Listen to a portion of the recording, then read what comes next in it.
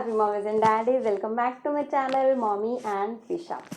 तो अगर आपको टेंशन हो रही है कि आप आपके बेबी के साथ आपको फर्स्ट वेकेशन प्लान करना चाह रहे हैं और आपको थोड़ा सा डर लग रहा है कि फ़र्स्ट टाइम फ़्लाइट में आप आपके बेबी के साथ कैसे सब कुछ मैनेज कर पाएंगे, बेबी को कुछ डिस्कम्फर्ट तो नहीं होगा, तो इसके लिए आज मैं आपसे कुछ ऐसे इम्पॉर्टेंट टिप्स शेयर करने जा रही हूँ जो आप लोगों के लिए काफ़ी ज़्यादा इम्पॉर्टेंट रहेंगे। क्योंकि मैं रिसेंटली अभी जो है हमारा जो है फर्स्ट ट्रिप मैं अभी अपने बेबी के साथ लेकर आई हूँ गोवा का। तो हम बाय एयर ही अपने बेबी को लेकर गए थे और बाय एयर ही हम वापस जो है दिल्ली लेकर आए हैं। तो मैं अपने रियल एक्सपीरियंस से कुछ ऐसे टिप्स आप लोगों के साथ शेयर करना चाह रही हूँ जो टिप्स जो हैं होपफुली आप लोगों के काम ज़रूर आएंगे। तो अगर आपको वीडियो अच्छी लगेगी तो आप इसको लाइक ज़रूर कीजिएगा और साथ में शेयर भी करिएगा। तो सबसे पहला जो टिप है वो ये है कि आप जब भी अपने बेबी के साथ कोई भी वेकेशन प्लान करते हैं, चाहे वो छोटी वेकेशन है चाहे वो बड़ी वेकेशन है, सबसे पहला काम जो आपको करना है कि आपको एक लिस्ट प्रिपेयर करनी है।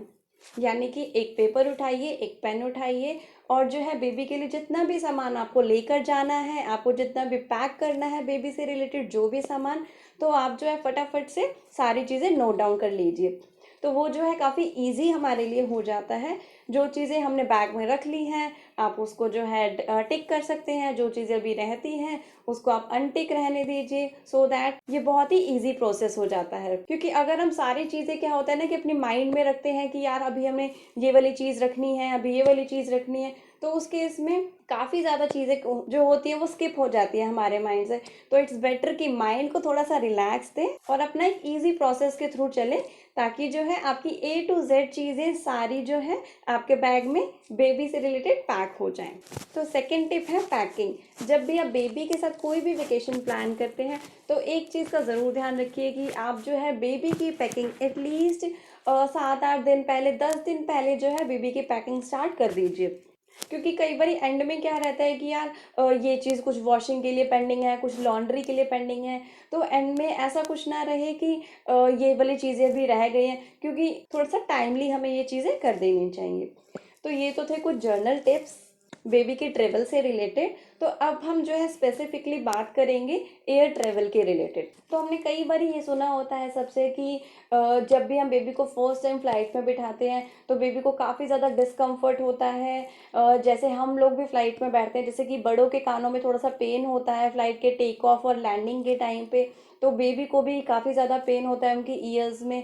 तो उससे क्या होता है कि बेबी की जो पूरी जर्नी होती है वो ठीक नहीं जाती है। बेबी काफ़ी ज़्यादा क्रैंकी हो जाता है, काफ़ी इरिटेट हो जाता है उसमें बेबी। और उससे क्या होता है कि पेरेंट्स को भी काफ़ी ज़्यादा प्रॉब्लम होती है, पेरेंट्स भी बहुत ज़्यादा डिस्कम्फर्ट फील करते हैं। साथ के जो आगे पीछे के हमारे पैसेंजर्स होते हैं उनको भी काफ़ी ज़्यादा डिस्कम्फर्ट होता है। तो इसीलिए मैं अभी आपके साथ कुछ ऐसे टिप्स शेयर करूँगी जिससे जो है बेबी की जर्नी बहुत ही हैप्पी हैप्पी जाएगी।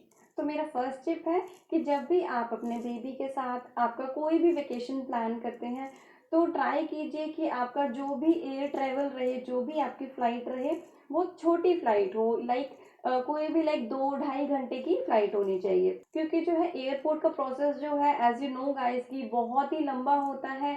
पहले एयरपोर्ट हमें कम से कम 3 घंटे पहले पहुंचना पड़ता है। घर से कैब पे एयरपोर्ट जाना है, फिर एयरपोर्ट में इतनी सारी सिक्योरिटी चेकिंग होती है, देन आपको बैगेज सबमिट करना है, फिर चेक इन में टाइम लगता है। उसके बाद जब आप फ्लाइट बोर्ड करते हैं, फिर टेक ऑफ, फिर लैंडिंग, तो ये काफ़ी लंबा प्रोसेस हो जाता है बेबी को अडॉप्ट करने के लिए।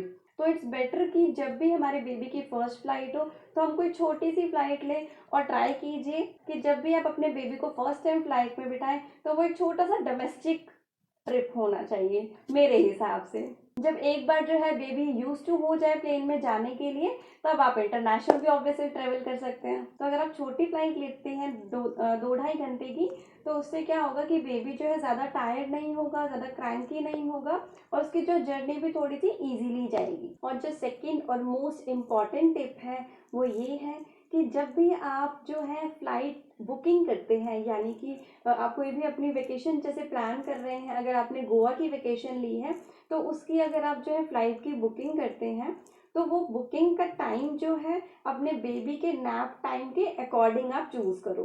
तो उससे क्या होगा जब आपके फ्लाइट का टेक ऑफ का टाइम होगा तब आप अपने बेबी को सुला सकते हैं। जैसे कि मैंने हमारे केस में क्या किया था, हमने जो है अपनी फ्लाइट जो है हमने 1 बजे आफ्टरनून की ली थी, क्योंकि मुझे पता है कि मेरा बेबी जो है 12:30-1 बजे के अप्रॉक्स वो थोड़ी देर के लिए सो जाता है, 1-1.5 घंटे के लिए। तो 1 बजे की इसीलिए मैंने जो है फ्लाइट ली थी। उसके बाद जब हम एयरपोर्ट पहुंचे उसको मैंने थोड़ा बहुत ऐसे कुछ खिला दिया था, और जब जो है हमारा टेक ऑफ करने का टाइम आया तो उसको जो है मैंने फ्लाइट में बिठा के फीड करवा दिया। फीड करने से वो सो गई। तो इससे क्या हुआ कि जब टेक ऑफ का टाइम हुआ तो हमारी बेबी जो है सो रही थी, तो बहुत ज़्यादा इजी हो गया कि उसके ईयर्स वगैरह में भी ऐसा कोई पेन नहीं हुआ, बिकॉज ऑब्वियसली नींद में जो है बच्चों को नहीं पता चलती ये चीज़ें, और जो है बहुत इजीली जो है हमने टेक ऑफ ले लिया। उसके बाद जब लैंडिंग का टाइम आया तो उसको मैंने अगेन फीड करवा दिया था, बिकॉज बेबी जो है मेरी 1 घंटे के लिए सोई थी और हमारी 2.5 घंटे की फ्लाइट थी। 1 घंटे के बाद वो उठ गई थी, उसने काफी सारी प्लेन में जो है शैतानियां की। उसके बाद जब लैंडिंग का टाइम आने लगा तो मैंने उसको 10-15 मिनट पहले फीड करवा के फिर से सुला दिया। तो इससे क्या हुआ कि टेक ऑफ और लैंडिंग के टाइम पे उसने हमें बिल्कुल भी परेशान नहीं किया, और जो है बेबी जो है बहुत ही कंफर्टेबली उसने इस पूरे प्रोसेस को हैंडल किया। तो इट्स बेटर कि जब भी आप अपने फ्लाइट की बुकिंग करते हैं तो ये चीज़ बिल्कुल ध्यान रखिए कि अपने बेबी के नैप टाइम के अकॉर्डिंग ही जो है फ्लाइट की बुकिंग कीजिए।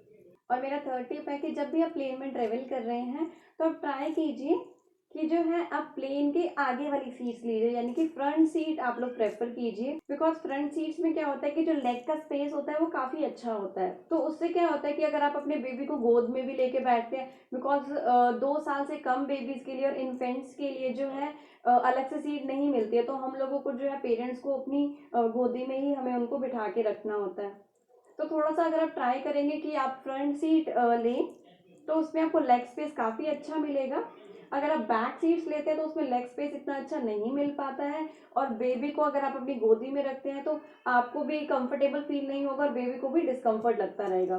तो इट्स बेटर कि हम फ्रंट सीट्स लें। और फ्रंट सीट का एक और फायदा होता है कि जो है बेबी के लिए, बिकॉज क्या होता है ना कि प्लेन के इंजन की आवाज़ बहुत ज़्यादा तेज होती है जब टेक ऑफ और लैंडिंग के टाइम पे, और अगर हम बैक की सीट्स लेते हैं ना तो इंजन की आवाज़ बहुत ज़्यादा आती है। तो ट्राई, इसीलिए मैं तो हमेशा यही करती हूँ कि मैं आगे की सीट लूँ, और अभी भी जब हम गोवा गए थे तो इसलिए मैंने आगे की सीट ली थी अपने बेबी के साथ।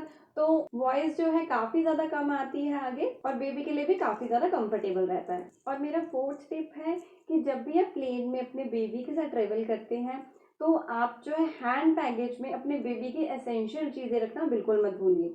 जैसे कि उसका डाइपर, उसकी रैश क्रीम, उसकी वाइप्स, उसका मिल्क, उसकी बॉटल। अगर आप फॉर्मूला मिल्क ले जाना चाहते हैं तो फॉर्मूला मिल्क के साथ वार्म वाटर वगैरह। जैसे कि अगर आप अपने बेबी को गाय का दूध पिलाते हैं तो अगर आप वो मिल्क लेके जाते हैं तो वो आप लेके जा सकते हैं। लेकिन एक प्रॉब्लम आती है उसमें, क्योंकि मैंने क्या किया था, मैं थोड़ा सा जो है काउ मिल्क लेके गई थी कि हम जो है प्लेन में ट्रेवल करते टाइम जो है काउ मिल्क को थोड़ा सा हीट करवा के अपने बेबी को पिला देंगे। लेकिन ये चीज़ हमें प्लेन में नहीं हम लोग कर पाए थे, बिकॉज जो है प्लेन में ये फैसिलिटी अवेलेबल नहीं होती कि हम जो है मिल्क को गर्म कर सके। तो इट्स बेटर कि अगर आप फॉर्मूला मिल्क लेके जाना चाहते हैं तो आप वो लेके जा सकते हैं, या कुछ मदर्स अगर ब्रेस्ट फीड करवाते हैं तो वो एक अच्छा ऑप्शन होता है। वार्म वाटर वगैरह फ्लाइट में बहुत ही इजीली अवेलेबल हो जाता है। तो बेबी की जो है आप एक एक्स्ट्रा बॉटल भी आप ज़रूर रखिए कि अगर एक बॉटल गिर भी जाती है इधर उधर तो आपके पास दूसरी बॉटल बेबी के लिए होनी चाहिए। कुछ फ्रूट्स वगैरह बेबी के लिए रख सकते हैं। और साथ में एक और चीज़, अपने बेबी के क्लोथ्स रखना बिल्कुल मत भूलिए, क्योंकि कई बार क्या होता है ना कि बेबी खाते खाते सारे कपड़े अपने गंदे ऑब्वियसली कर देते हैं बेबी। तो फ्लाइट में भी उन चीज़ों का काफ़ी ज़्यादा रहता है।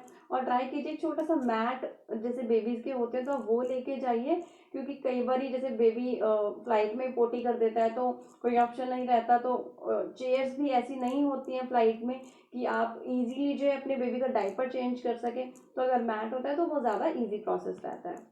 और सबसे इम्पॉर्टेंट, बेबी की मेडिसिन किट, ये चीज़ बिल्कुल मत भूलेगा।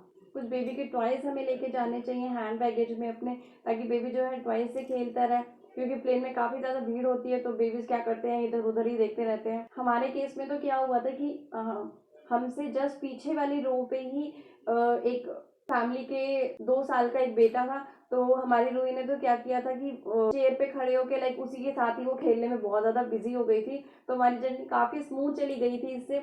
और आते टाइम जब हम गोवा से दिल्ली वापस आ रहे थे, तो उस टाइम क्या उसने टॉय के तौर पे उसने क्या किया था, फ्लाइट में क्या होता है कि छोटी छोटी जो है हमें बॉटल्स मिलती हैं पानी की। तो हम लोगों के पास काफ़ी सारी बॉटल्स हो गई थी, तो वो जो है बोतल का ढक्कन ओपन करके बंद करके ओपन करके बंद करके बस वो उसी में ज़्यादा बिजी हो गई थी, क्योंकि वो देख रही थी कि सबको जो है बॉटल डिस्ट्रीब्यूट हो रही हैं, तो ये कोई गेम है उसके लिए। तो वो उसमें काफ़ी ज़्यादा इंगेज हो गई थी।